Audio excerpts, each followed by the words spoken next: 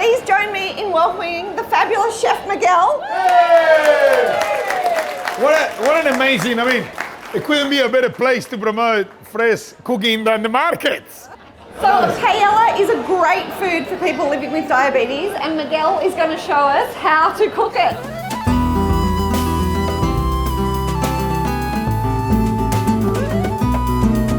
Paella is one of the simplest things in the world to do. This is actually a real paella pan. You can make this in a frying pan. All the ingredients cook at once, and the water goes away, the rice absorbs the stock, and boom, we're into business. Anybody put the tomatoes in the fridge? Come on, confess. These canned beautiful capsicums, they are a little bit more affordable. They're still piquillo variety, so they're very little, they're very sweet. And will your kids eat this? Do your kids love this sort of thing as well? Claudia and Morgan can make these themselves. I'm still getting a little bit scared when my daughter Morgan get the paella on and all the fire. You see, like, the liquid in here is quite funny. When people use vegetables, they got liquid inside. They always turn the liquid in the sink, and after they use the vegetables. But that liquid is probably the most flavor. See, garlic is another thing goes in the sofrito. When you don't get in the supermarket amazing garlic like this, that's absolutely stunning. The garlic, they have the stem like that. It's great because you can tell the age of it. You good at netball? Yeah, catch. Over. Hey, you can keep that one. So, in Spain, my mom always take the middle heart of the garlic when it's fresh. That's called the curcuma. Okay? That is what makes your breath very strong. In Spain, everybody's got garlic breath, so we don't care. But you recommend 4 or 5 Yeah, cloves? this one, no. Not 20. I can't smell them, they're good. They got some power. So a little bit of extra virgin olive oil, a little bit of chives. You don't need to chop them or anything. Look at the freshness of these chives. And a little bit of parsley. I ain't gonna need a bigger food processor or a smaller sofrito. So we're gonna put a little bit of paprika and make things a little bit smoky and spicy. This one is smoky. Be careful when you use the spicy one. So now all we need to do is work in the food processor. This is the hardest part of the cooking demonstration. Stop, hammer time, boom.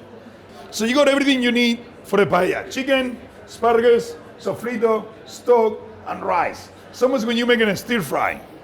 You got everything ready. Now things get a little bit smoky and exciting. And you'll also see that Miguel's got some lemon here.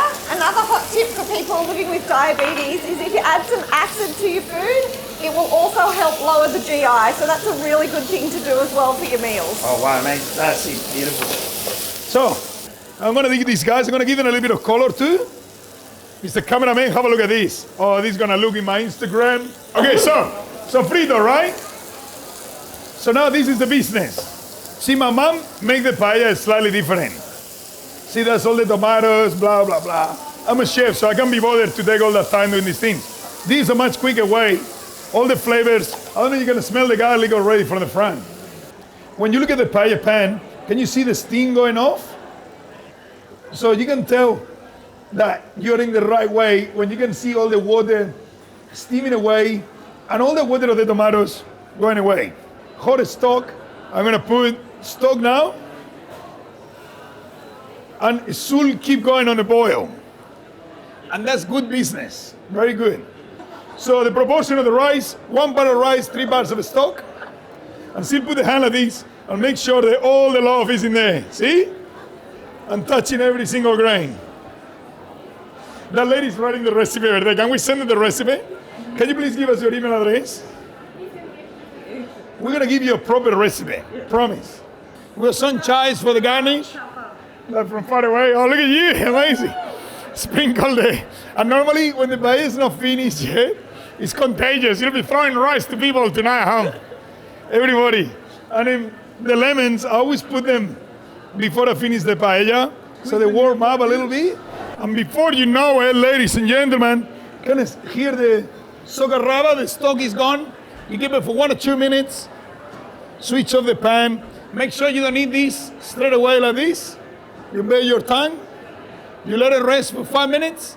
What mama's cooking do, they get a tea towel and they put it on top because the condensation get into the tea towel and some of that stock comes to the tea towel. Magic.